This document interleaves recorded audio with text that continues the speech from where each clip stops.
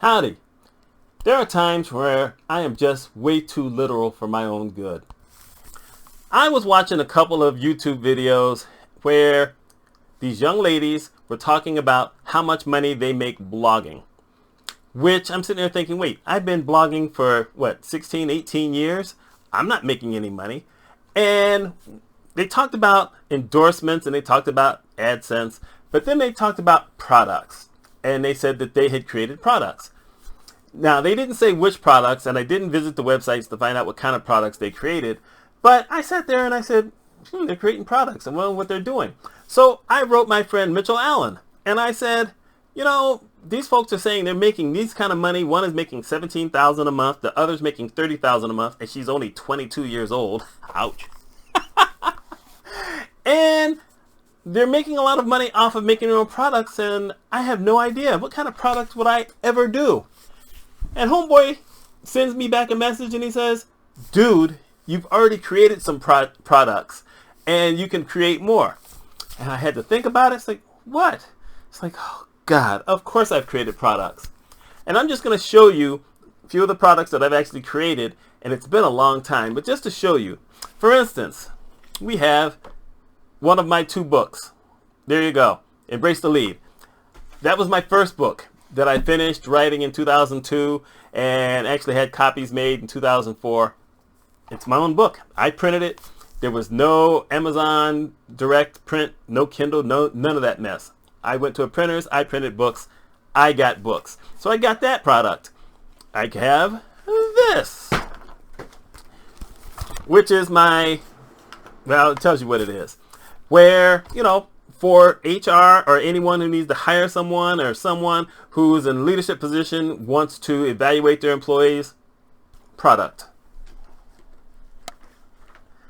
And then for folks who need to learn how to be better leaders or even new leaders, Mitchell Management Training Program. I'm good at putting things together. I'm bad at titles. So I just threw my name on it because I couldn't think of anything else. As a matter of fact, that's why my business name is what it is. Because I went to a place and tried to get Mitchell and Associates, and someone asked me, who are your associates? I don't have any associates. They said, then you can't register your name. This was New York State back in 2001. So I had to come up with something on the fly. So I have created some things. I have an audio set of training that I did on the topic of leadership. So I have actually created some products, but my mind said, well, no, I don't think that the folks today are creating that kind of product. It has to be something different. And yeah, there are people who are putting some of these things up on Udemy and SlideShare, I think, but they have this other way of creating products. And I'm trying to wrap my mind around how you would use something like that and what I would do. I actually think I have an idea. I would have to charge a lot for it because it's basically still a limited area of folks who would be interested in it. But I think that a lot of people would be interested in it if they're in healthcare finance. Because I put things on LinkedIn regarding that, and my goodness, the numbers are just wild of the people who see these things and the people who like them and the people who share them. So there's a market out there. But it's funny how you can get yourself locked into something and say, I don't create a product. For instance, there's a woman who I'm connected to here on YouTube. Her name is Zakia Ringgold, and she makes soaps. And she even shows them on her channel how she makes all these different soaps. And then she shows how she makes the planning, does the planning to do it and all this other kind of stuff. And then she'll show you her product. It's like, see, that is a product. It's something you can go buy and take home and use and do whatever. I hadn't thought of it in my own way. I have another friend, name is Mel, who basically makes masks. The masks that we're now all wearing. And she's very talented. I even bought 6 of her masks because I needed more masks. And there you go. They were a lot better, cooler than anything else I had seen at the time. Now some folks have gotten really fancy with the N95 and whatever. I don't need all that. Heck, by this time I've had my second COVID shot, and it'll be at least 2 weeks. So by the time you see this, I am quote unquote immune, at least to the original strain. that's the best we can do right now. So it's that kind of thing where sometimes your mind limits you because you have an expectation of what something is when it can be a whole lot of things. For instance, in America, we talk about football, and now we're talking about the New York Jets and the New Orleans Saints and Kansas City Chiefs. But everywhere else around the world, y'all are talking soccer, although you call it football.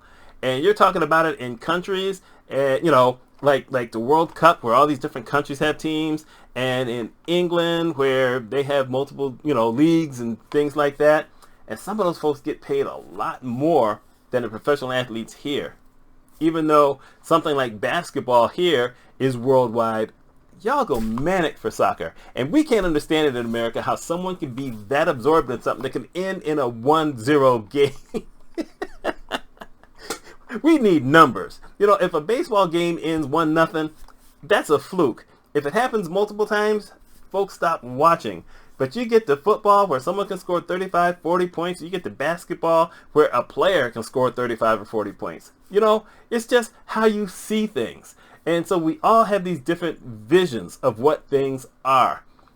So I'm asking you, what can you create? What kind of product, if you had the opportunity, would you create that you could sell? I have another friend on Facebook who has finally decided to start selling her paintings, and she's making some money off of it. She's not getting rich. She's not making Picasso money. And truthfully, I think her stuff is better than Picasso because I'm not a Picasso fan. Monet might be a little bit different. But still, she is now doing that, and she's making money off of it, and she loves doing it.